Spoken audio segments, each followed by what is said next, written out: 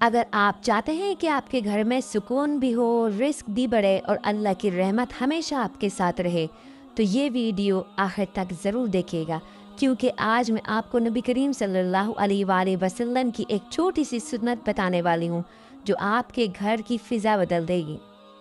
السلام علیکم یا آل ایمان۔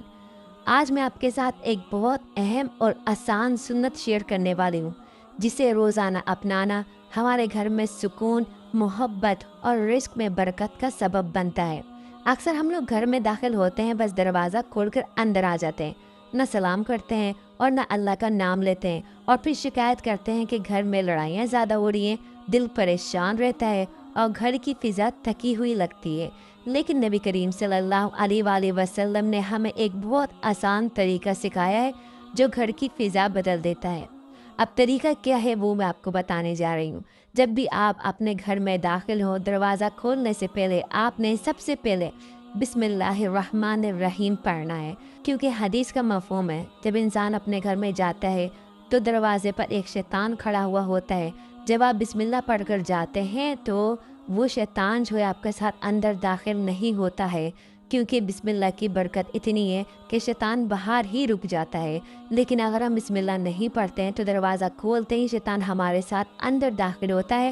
اندر داخل ہونے کے بعد جو لڑائی جھگڑے شیطان جو کرواتا ہے، جو کچھ اس سے ہو سکتا ہے، میاں بیوی میں، اولاد میں، ماں باپ میں، جو بھی کچھ ہوتا ہے وہ پوری کوشش کرتا ہے کہ گھر کی فضا بالکل بدل دوں اور اس گھر میں سکون نہ رہے، کیونکہ شیطان کا کام ہی ہے یہ بدسکونی کو پیدا کرنا۔ اس لیے سب سے پہلے ہمیں گھر میں داخل ہونے سے پہلے ایک دفعہ بسم اللہ الرحمن الرحیم پڑھ کر پھر اندر داخل ہونا ہے۔ جب بسم اللہ پڑھتے ہیں تو شیطان آپس میں باتیں کرتے ہیں، کہتے ہیں کہ اس شخص نے بسم اللہ پڑھ لی ہے، اب اس گھر میں نہ ہمارا کھانا ہے نہ پینا ہے، چلے یہاں سے نکلو، اندر داخل ہونا ہمارے لیے منع کر دیا گیا ہے، ہم اندر داخل نہیں ہو سکتے ہیں۔ سبحان اللہ، بسم اللہ کی اتنی برکت ہے۔ اب ہم بسم اللہ پڑھ کر اندر داخل ہو جاتے ہیں، اس کے بعد ہمیں یہ کرنا ہے کہ ایک دفعہ السلام علیکم ورحمۃ اللہ وبرکاتہ پڑھنا ہے۔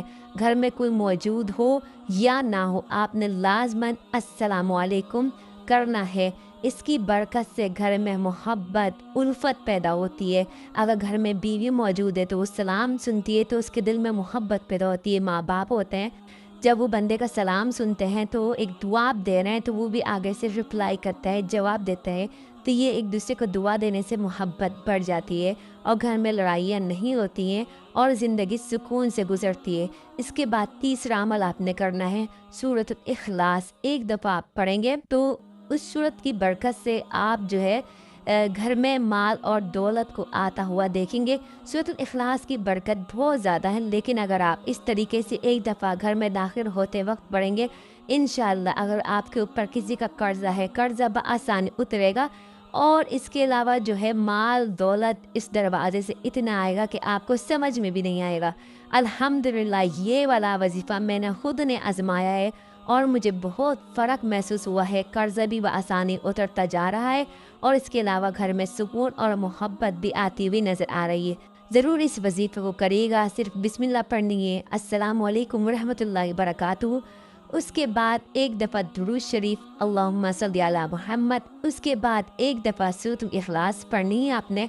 پھر آپ دیکھیں گا یہ 15 دن کا ٹارگیٹ آپ کر کے دیکھیں گھر میں کیا کیا آپ کو جو ہے چیزیں بدلتی ہوئی نظر آئیں گی۔ پھر کمنٹ میں ضرور بتائیے گا اپنی بہن کو، یہ وظیفہ آپ ضرور کریں۔ یقین کریں یہ سنت گھر میں سکون، محبت، رحمت اور برکت لاتی ہے۔